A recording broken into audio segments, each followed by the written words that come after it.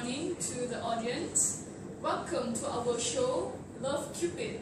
Today we are going to discuss a very hot topic, which is love relationship among college students.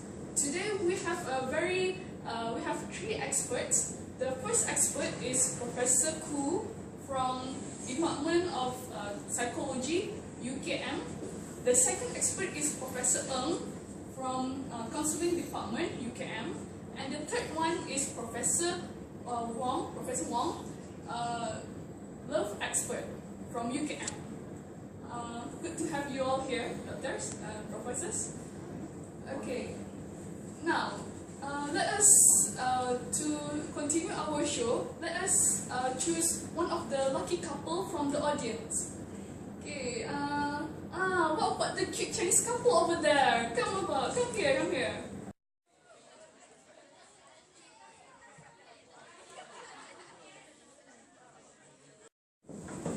Okay, come here.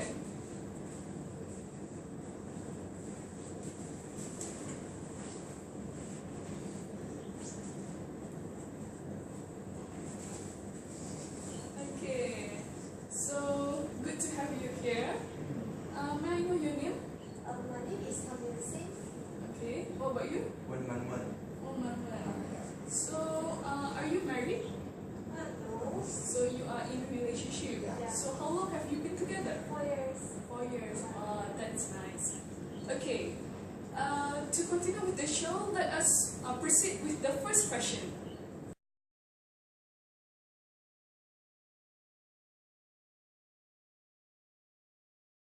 Alright, for question number 1 we have, do you believe in love at first sight? Okay, I want to ask the couple over here. Do you believe in love at first sight? I personally don't believe at love at first sight. I think that it is not love the first time you saw he or she, but it's something other than that. Like for example, admirations. Like for me and my dear, the first time we meet each other, it's nothing happened.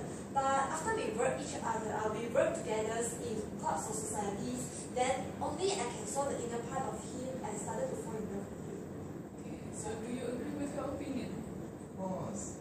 Okay, that is the opinion from the couple. Let us see the opinions from the students from UKM. Hey, sir, I would like to ask, do you believe in love at first sight? Yes, in my opinion, I believe, because I think it is very important that you like the appearance of that person first, before you discover the internal of that person. So Professor Koo, what do you have to say on the question? Do you believe in love at first sight? In fact, the idea of love at first sight is some kind of misnomer, since it cannot be simply to be taken literally. This is due to the fact that merely seeing someone cannot give sufficient window into the nature of the person we see.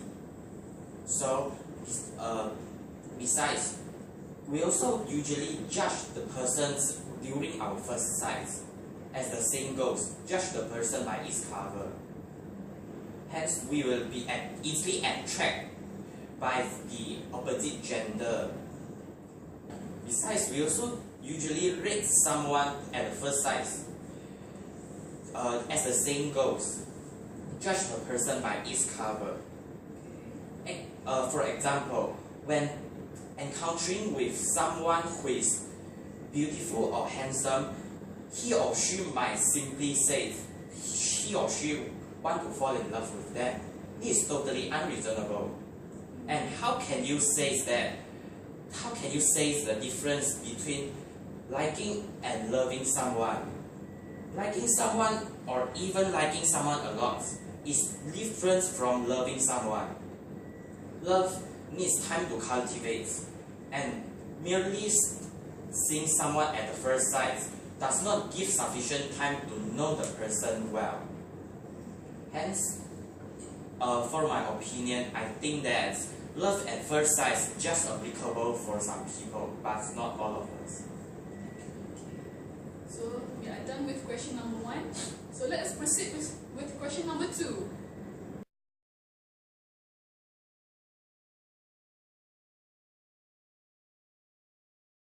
is the appropriate age to have a relationship? Okay, let us see the opinions from the students from UKM. So I think 22 or maybe 25, because that time we will be more mature and we can tolerate with each other, and maybe you can find someone with similar characteristic or maybe similar interests. So that time we can explore and find our own spouse. That is the opinions from the students from UKM. What about you? What do you have to say? For me, the appropriate age for the couple is when you have a feeling of coupling, wanna be in a relationship with others. So my appropriate age, I think it should be like, for example, like in secondary school, we already enter puberty, then we have an interest in another sex. That's appropriate age for us to be marriage. Okay. Well, Professor Koo, what is your opinion? I think that the suitable age to get involved in a relationship is around the age of 20 years old. This is because we need to have a mature mindset before we get involved in a relationship. In the early teen age, we'll get involved in the relationship just because of the simply fun or recreation. But at the older teen age, we get involved in the relationship is because of the social support and the companionship. So what you are saying is by the age of 20, it is very appropriate for the students who have a relationship, because at that time they already reached their maturity. But it also depends on the maturity of the person as well. So I think we are done with question number 2. So let us move to question number 3.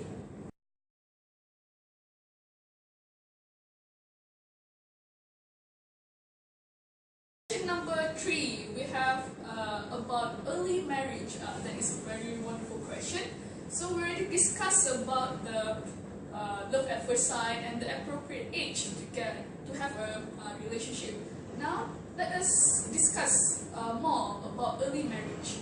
So before that, let us see the opinions from the students of UKM. Basically, I do not, because firstly, maybe we are too early to be prepared in a marriage life, and we are not financially stable, and we have to focus on my study. So that is the opinions from the students. So Wan Manuel, what is your opinion on early marriage? Opinion early marriage, I don't disagree with early marriage, because we need to depends on our income, and then whether it can support our family, future family. So normally if we go into the early marriage, right, it causes family at last we just divorce, it causes children that have maybe social impact or academic impact. Okay. Are you planning to get married? Soon. Okay, congratulations to both of you. Okay. Professor Ng, what do you have to say about early marriage? First, let us know what is an early marriage means. An early marriage means getting married before 25, the age of 25. For me, early marriage is definitely not an easy task. Some people are not in the right age when they get married, and some of them can't even manage themselves. How can they manage to take care of their own family? Okay, that's true. Let us look at its advantages. First, early marriage establishes your center of gravity early. Marrying early means you are having someone close to you early, and he or she will be by your side every time. So he or she can understand your stress, your problems of life. So it means that the couple that get married early can get to know each other better. They can actually help each other better. And my second advantage is that early marriage couple can have better chance to establishing compatibility. They can understand each other better, just like you said just now. Like they can understand earlier, they can adjust to their different habits earlier. So they can adapt. They can adapt to each other's life earlier. They are younger, and they have they are more energetically participate in their children's activity. And now let us look at its disadvantages. Young people wouldn't have the opportunity to explore themselves first before they get married. If they get married earlier, they will spend more time only with their partners, their works, and they won't have much more time spent with their families, friends, and explore themselves to know themselves better. And secondly, getting married early leads to relationship complication later on in life. Because younger people, they are actually not mature enough when they enter into wedlock, and there can be many problems. They can be fight and conflict, and this lead to divorce. Thirdly, finance stands an important role in marriage. For younger people who marry early, they are just students, and students' loans to consider, relocating costs, and possible child care expenses. So young people aren't likely to have this financial ability to support themselves and not even to save their families. So there you have it, the opinions from Professor Ng. So after hearing what Professor Ng had just said, so you all have decided when you want to get married. When is the appropriate time for you to get married? 2 years later. 2 years later. So now you want to stabilize your economy first. Okay, that is a very good idea. Okay, I think we can proceed to the question number 4. Our question number 4.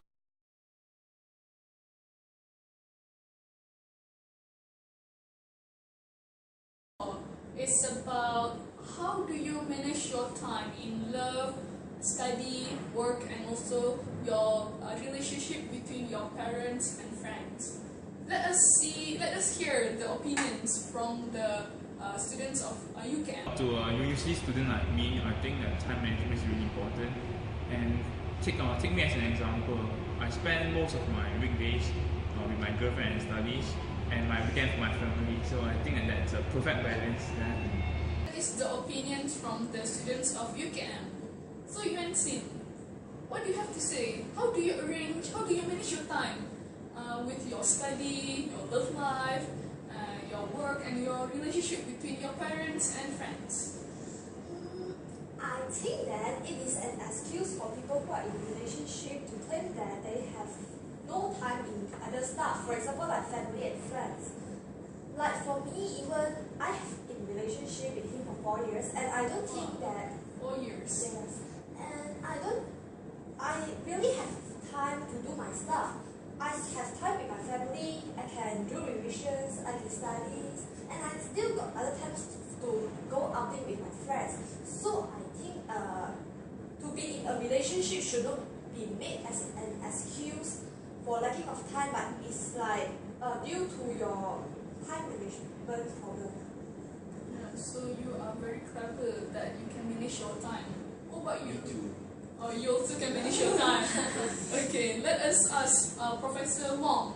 What do you have to say? How can you give us tips on how to manage our time, especially when we are in relationship?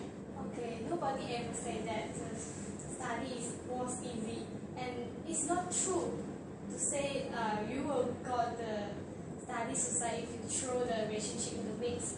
So in order to balance your study and your love relationship, you need to prioritize. Sometimes we need to put more weight on something than the other thing. So, but people used to think that they need to forego one goal in exchange for another thing. So, the good news is prioritizing doesn't mean sacrifice. Instead, it's an adjustment for your life, your relationship and study. Prioritize is the key, right? Okay. By building the strong foundation between your study, your coursemate, and your love life, you can actually prevent the disruption in when this prioritize shift. So that if you study until late or you take your personal day doesn't mean that you are rather go to doesn't mean that you are not care about your study. Okay, the next one, you need to compartmentalize your love life and your study. That means when you are in work, be sure that you are fully committed in that work, in your study. Don't let your love life distract your study. My shoes is, you can have it all, the love relationship and your success study. You just have to work it out.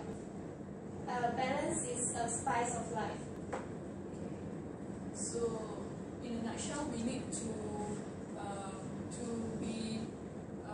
balance between our love life, our work, study, and also our relationship with our parents and also friends. We should not foreshadowing any other of these aspects, because all of these aspects are important to us, right? We are reaching the end of our talk show. Okay, thanks again for coming, and thank you for this cute couple. We hope that your love will continue to spark and grow stronger each day, and we hope that both of you will tie the knot soon.